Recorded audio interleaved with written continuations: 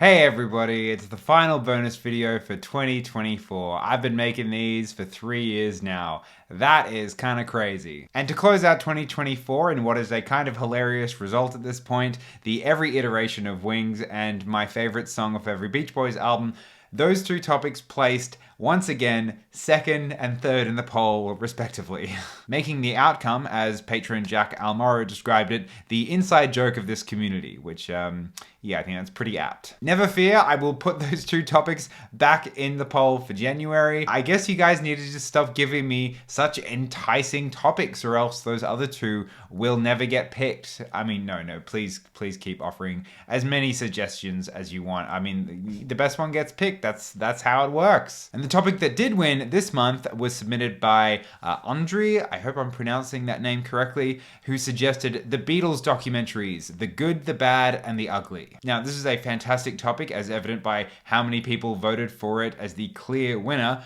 but I'm not gonna lie, I was somewhat overwhelmed by the scope of this one. So what I've had to do, I can't talk about all these ones. You guys have suggested some great documentaries, but I've really only been able to talk about a dozen. I hope that's okay. Some of them are on solo Beatles, some of them are on the Beatles themselves, but yeah, there's just a few that I've had to miss out on. And this is probably a good time to remind you that aside from the odd occasion where I've submitted bonus video topics when it's been a bit of a lighter month, these are topics that are suggested by patrons, and they choose the title. So in terms of the bad and the ugly Beatle documentaries, I don't really have too many that fall under that banner. So I hope you don't think you're not getting what you paid for here. I hope you don't feel like you're getting jibbed.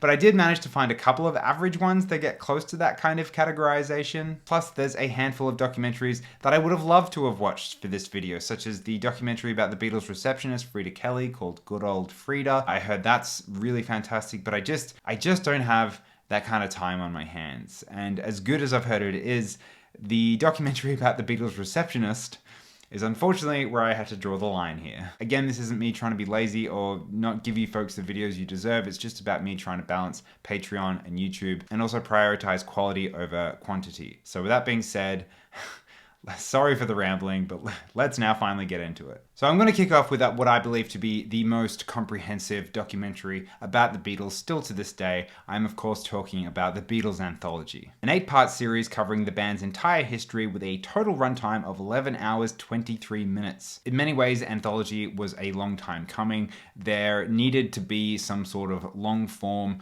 comprehensive collection of interviews and archival footage presented in such a way that covers the band's start to finish history. That's what Anthology was meant to be. It was just meant to be like, all right, let's get everything we have, every little scrap of footage and audio and everything like that and information, and just put it all in the one thing, which is kind of hilarious now given how many documentaries and things have come out since Anthology, but I still think that they achieved their initial goal. Like to have all three surviving Beatles plus decent archival interview footage of John Lennon makes Anthology stand out above the rest by having the band members themselves tell the story. This is the same with the corresponding book that was released, I think in 2000, the Beatles Anthology. It's all stuff that's coming from them. So many books had been written about the Beatles, so many people had gotten facts wrong about the Beatles, and Anthology was a way of setting the record straight on their story, on the legacy of the Beatles. Notably, I would say, all the clips of George Harrison, especially, who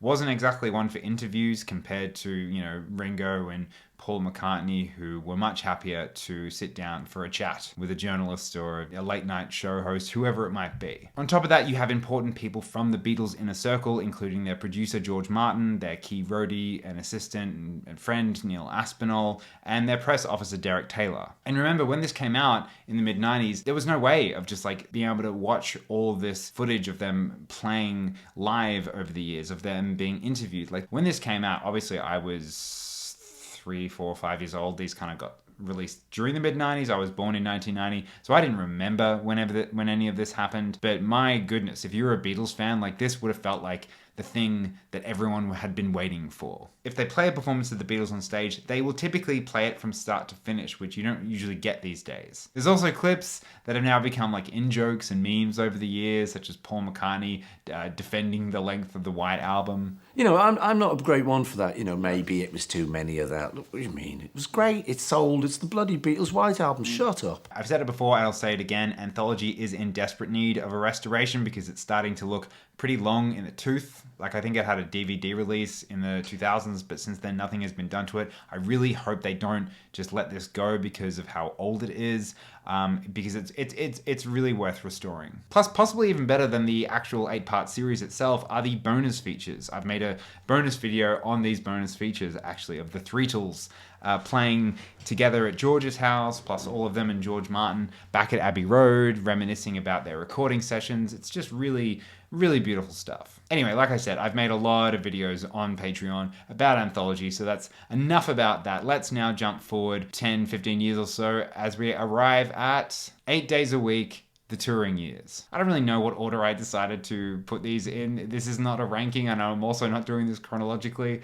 Just go with me on this. So this documentary came out in 2016, marking 50 years since the Beatles stopped touring as a live band. It's directed by Ron Howard and presents to us the years that the Beatles performed as a touring band, which includes their very early years in Hamburg, playing to clubs and seedy bars, and goes all the way up to 1966, where they played their last ticketed gig at Candlestick Park in San Francisco. But it also goes beyond that too, from the poignant retelling of how Paul McCartney met John Lennon, as told by Paul himself. When I first met him, I talked to people in my life, and they said, what do you like to do? What are your hobbies and stuff? And I'd sort of said, you know, I like songwriting. I've written a couple of songs. And they'd all go, oh, yeah, great. What did you think about the football? And I go, oh, okay. No, nobody interested. When I said that to John, he said, oh, so have I.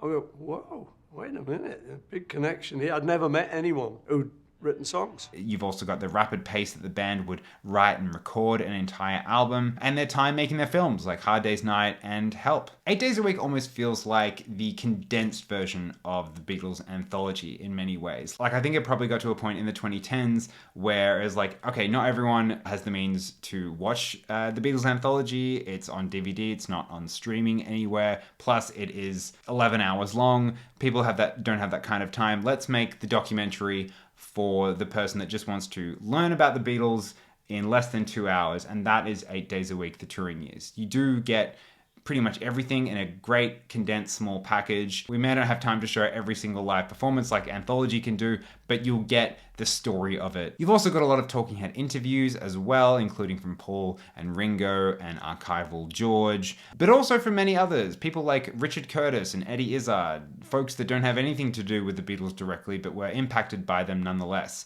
Impacted by them so much that one of them made a bad film related to the Beatles. What could that have been? Yeah, look, this is one of my favorite Beatle documentaries. It's made really well. It moves at a breakneck speed. The story that it's telling of their touring adventures feels more dynamic and specific compared to Anthology's like all-encompassing approach. Now, whilst I don't think really any of these documentaries are bad or ugly, I suppose this next critique is the closest I'll get to those adjectives. So my two main issues with 8 Days a Week is how much they colorized a lot of the black and white footage. And look, some of it looks good. I'm actually glad they did it to a few of the clips, but some of it looks pretty shocking, such as the Beatles' first press conference in the US, which looks like a cartoon, or their Washington Coliseum gig. Like, look at their hair. What is this? Maybe I'm just being extra critical of this because those two clips that I just referenced recently got an amazing glow up in Beatles 64. Like, I would much rather something look clear and in the correct aspect ratio than artificially colored and all squashed, because that's my other major critique. Is I dislike that this documentary insists on cropping all of the footage, most of which would have been shot in a square 4:3 aspect ratio, and they've turned it all into widescreen, 16:9, meaning you're not only zooming into the grainy footage, but you're also cutting off quite a bit from the top and the bottom, kind of like the problem with the original Let It Be film. And 8 Days a Week was kind of like the last major Beatles documentary thing before Peter Jackson came on the scene with his amazing restorative technology. And so the blemishes and poor quality of these clips really does show up, particularly because we've punched into 16 by 9. But what about other bad or ugly documentaries? Do they exist? Well, look, I'm sure they do. Again, I haven't been able to watch them all, and I certainly wasn't in the mood to watch a bunch of really bad and hard to find documentaries. But if I had to pick a couple that weren't so good, or at least weren't super necessary as a Beatles fan, I would probably go with The Compleat Beatles. Again, this isn't even that bad, it's just old. The Compleat Beatles came out in 1982. It was kind of like the standard Beatles documentary before Anthology came along. It's really just a paint-by-numbers, 2-hour documentary with narration. Nothing much ever came from Liverpool, but soccer teams and British comedians. Archival clips, and occasional interviews with people like their first manager, Alan Williams, the Cavern Club DJ, Bob Wooler, and even George Martin, but notably none of the Beatles themselves. It's also narrated by actor Malcolm McDowell, which I guess is kind of cool. DJs across the country began playing imported copies of I Wanna Hold Your Hand. Yeah, I don't have much more to say about this other than it's all information you've probably heard before if you've seen any other Beatle documentary. And as it's from 1982, good luck finding a copy of it that doesn't look like complete ass. Okay, next up, and I think this one's on me for being bad because I think I just found the wrong documentary. What I was trying to do with this next one was find The Long and Winding Road, which is the pre-Beatles Anthology working title of like what was going to be the big Beatles documentary. Neil Aspinall was heading it, and I know it's online somewhere, but I think the one that I found was like a ripoff of it. I found something called, I guess this can be the ugly documentary. This is called The Beatles, The Long and Winding Road, The Life and Times of the Beatles. It's on IMDb. Found it on YouTube. It's from 1994, which is like, well, that's when the Beatles were making Anthology, so I don't know what this is. So this is just like archival footage used in the Beatles Anthology and the Compleat Beatles, but with this like dopey Beatles sound-alike music annoyingly playing over the top.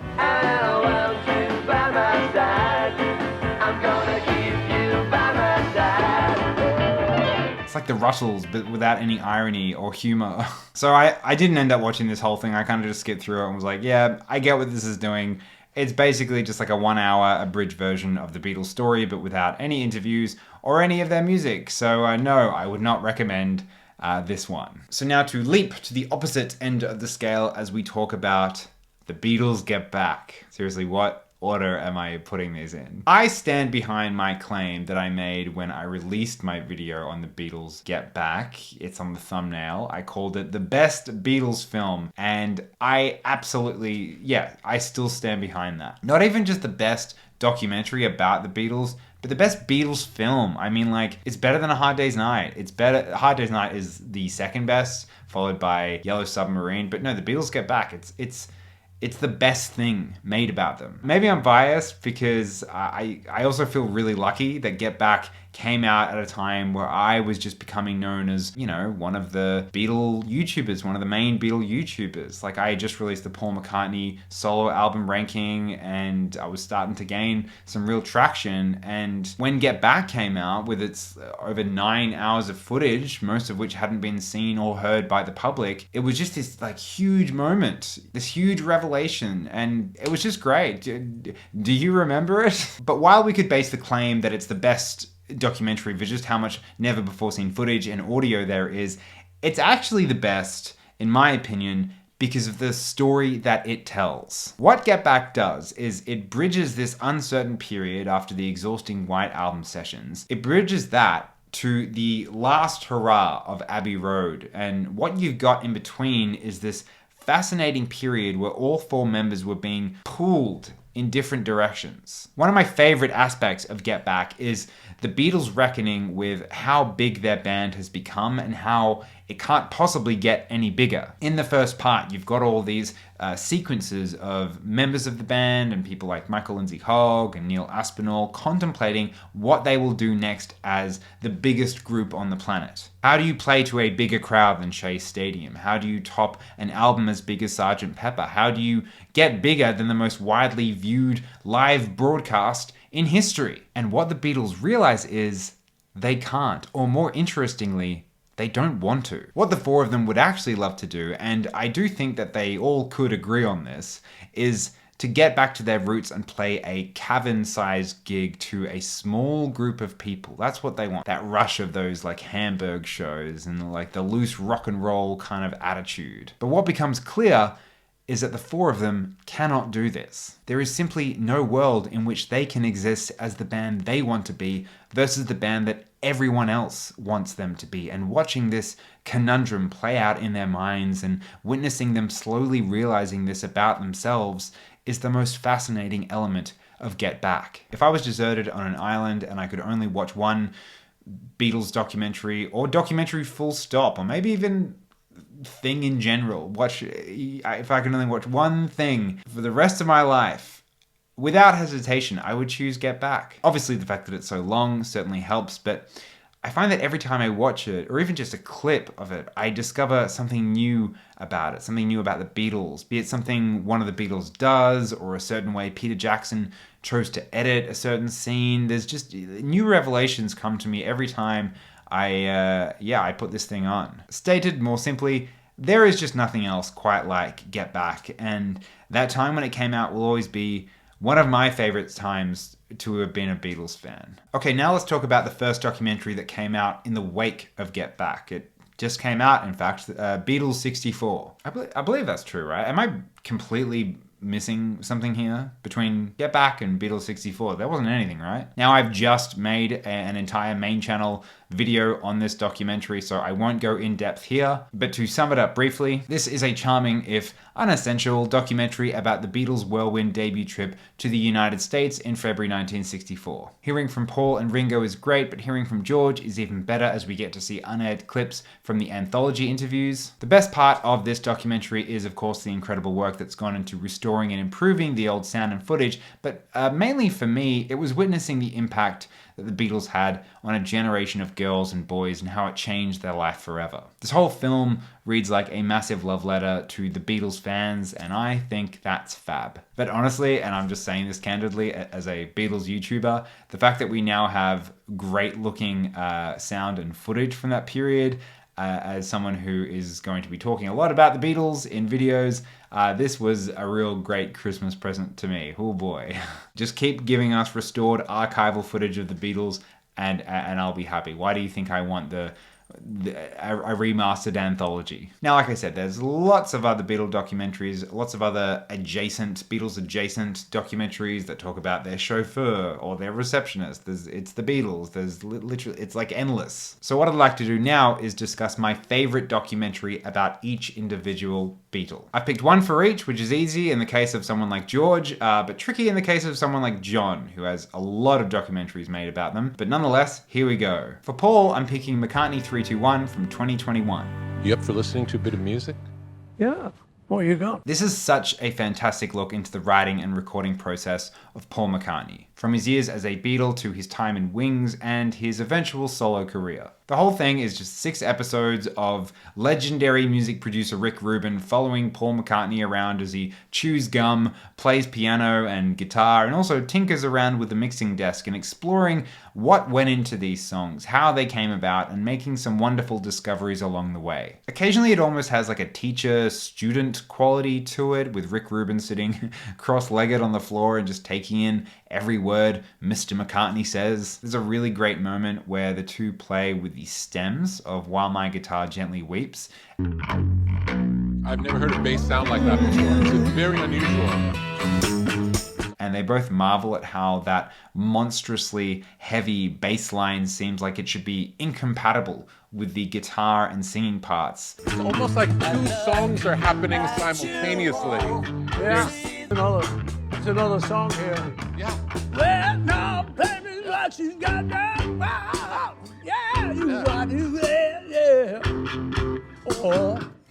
Still my guitar gently. Fascinating. Yeah. What makes this documentary series so great is that Rick Rubin isn't just some starry-eyed interviewer. He's actually someone who knows how to talk music, and this pushes McCartney out of his comfort zone, and it means he can't just fall back on his age-old anecdotes that we've heard a million times before, you know? He actually has to get personal and specific about his work in a way that I've never seen before. I also love how the whole thing is shot or edited in black and white, but then it cuts to these photos from 60 years ago, most of which themselves were shot in black and white, but they colorized them. I think colorization. I think coloring photographs works a lot better than coloring footage, unless you're like the best at it, because it's just a single frame and you can get away with it. And anyway, the result is you've got this modern black and white stuff, and then you go back to this pop of color from 60 years ago, and it's almost like the old stuff is more modern and new than this new stuff. You know what I mean? It just makes for an interesting dichotomy. I remember devouring all 6 of these episodes when they came out in July, or I think it might have been August in Australia of 2021. But I think the problem with McCartney 321 is that it didn't really receive too much marketing or advertising, and plus only like 2 or 3 months later, Get Back came out. So it was entirely forgotten about. And plus, Get Back, you got to remember, had been talked about for not months, years. Like Get Back was supposed to come out as a film in like 2020 and was delayed until 2021 because of COVID.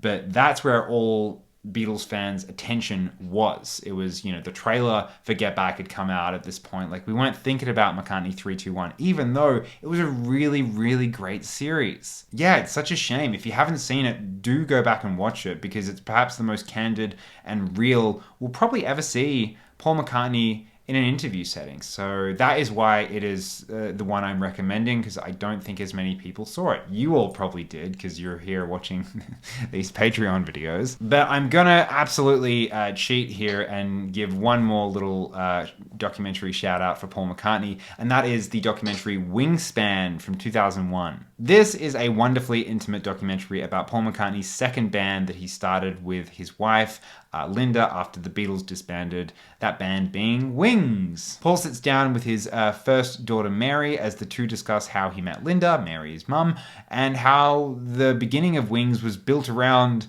you know, a joint love for reggae music. During that time, I was painting the roof, and Mum had bought the 2 first reggae records that hit Britain, which were called Tighten Up. So it was great. It was just a really hot summer time thing, reggae music and stuff. So it made us think, you know what, we should go to Jamaica. Wouldn't that be great?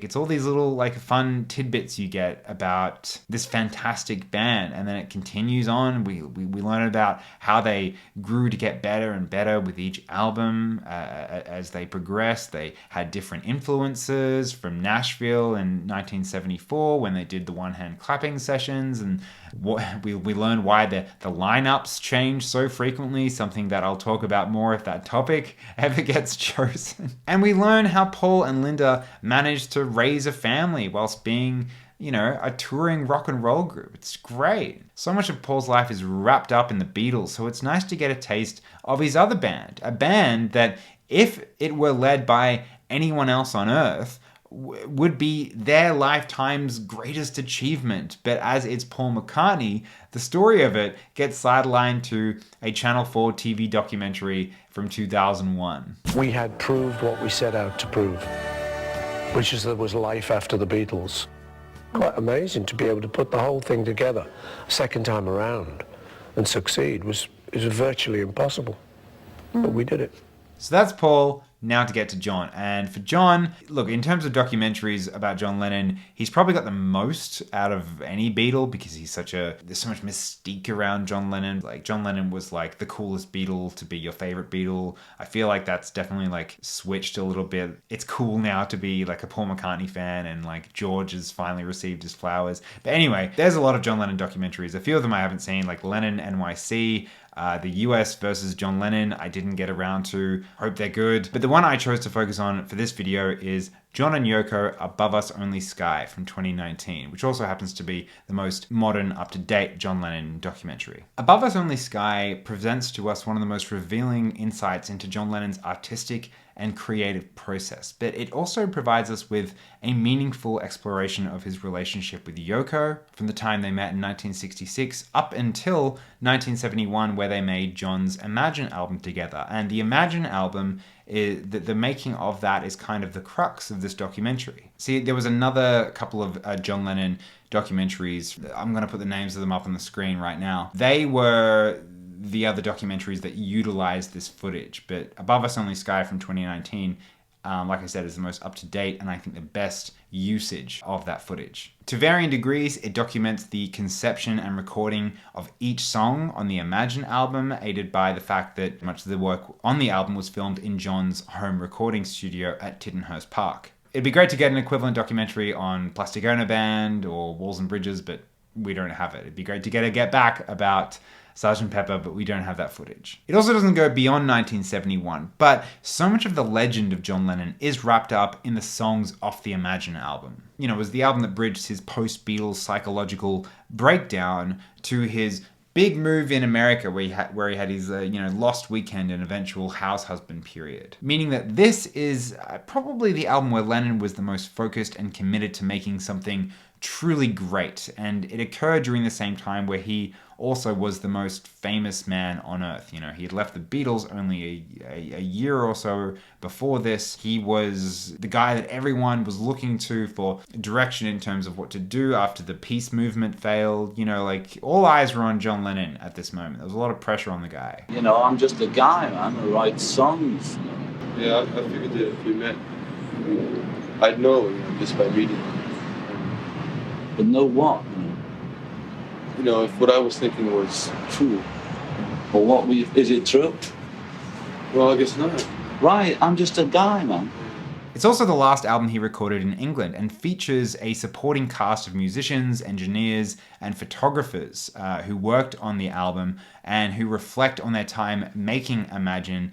And this all really adds to the feeling of being a fly on the wall for the making of it. Yeah, it goes into Yoko's history as well. Yeah, it just provides a great understanding of John Lennon. A lot of the footage used in this documentary I used for my John Lennon solo album ranking as well. Okay, now so for George, pretty obvious one. There's only really been one documentary made about George, and it's also one of the best musician documentaries of all time. I'm of course talking about Living in the Material World, directed by Martin Scorsese. It's also my favorite documentary about a specific Beatle. So it's in two parts. The first part covers George's boyhood and his time in the pre-fame Beatles, and finally, once Beatlemania took off, and how George dealt with fame. But you don't actually think, oh, that's me that I am in the paper.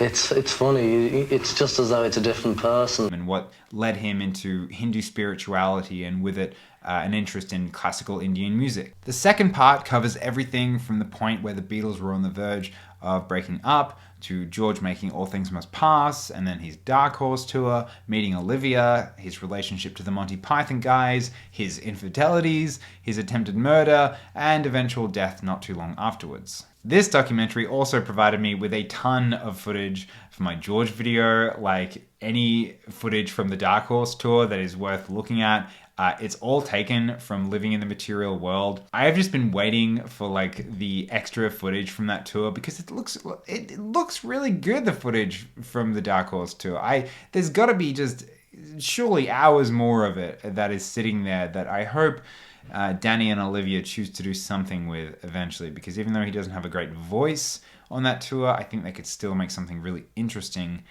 out of it, in the way that they did for the concert for Bangladesh as well. Anyway, yeah, that George video wouldn't have been nearly as interesting looking without Living in the Material World. It's just a really marvelous look into the Beatle that I guess you wouldn't expect would command such an in-depth exploration, you know, perhaps compared to Lennon and McCartney and their legendary status. But George is the perfect candidate to have someone as accomplished as Martin Scorsese, someone who can look so incisively into a subject, you know, pull back the curtain on the quiet Beatle as it was. Like, it's such a great match. Like, I remember the first time I watched this, after it ended, I remember thinking that George Harrison is the most fascinating person on the planet, and I still think that to this very day, and so much of that was because of how he was presented and how his story was told in this documentary. You've also got some really great interview clips, including that one of Ringo talking about the last time he saw George, which is really moving. The last weeks of George's life, he was in Switzerland, and I went to see him. And I said, well, you know, I've got to go to Boston. And he goes,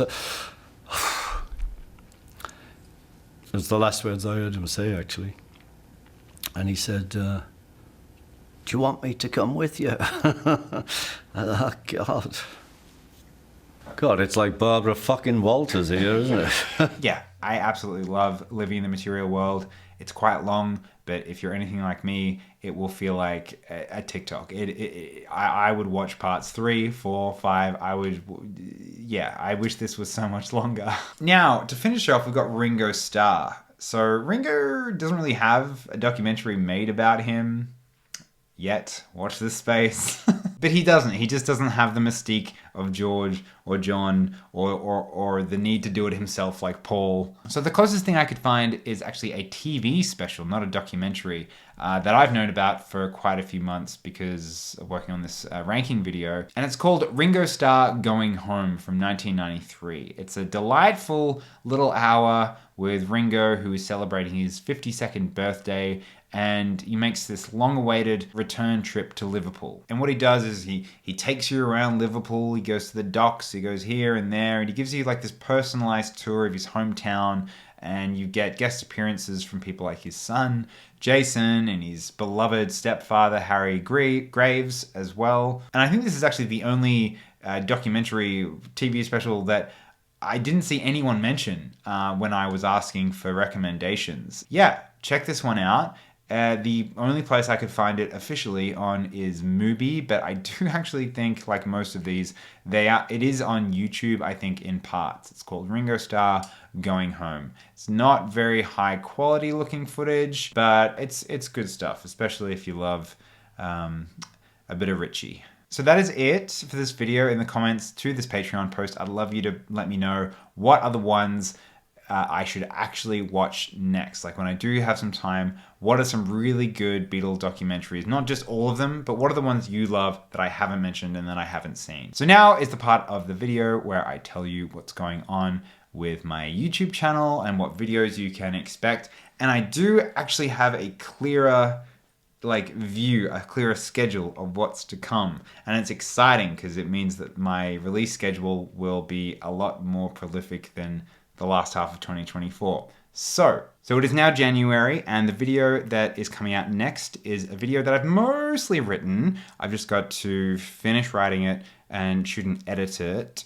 And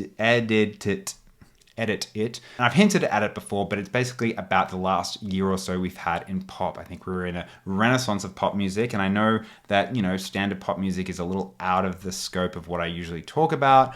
I know I've talked about modern artists like the Lemon Twigs and Clairo, but they often have a similar kind of vintage vibe to like the bands like Beatles and Beach Boys, but this is going to be a very new contemporary kind of look at pop music. But I really like pop music. I'm a huge pop fan. I like happy music. That's why I love the early Beatles.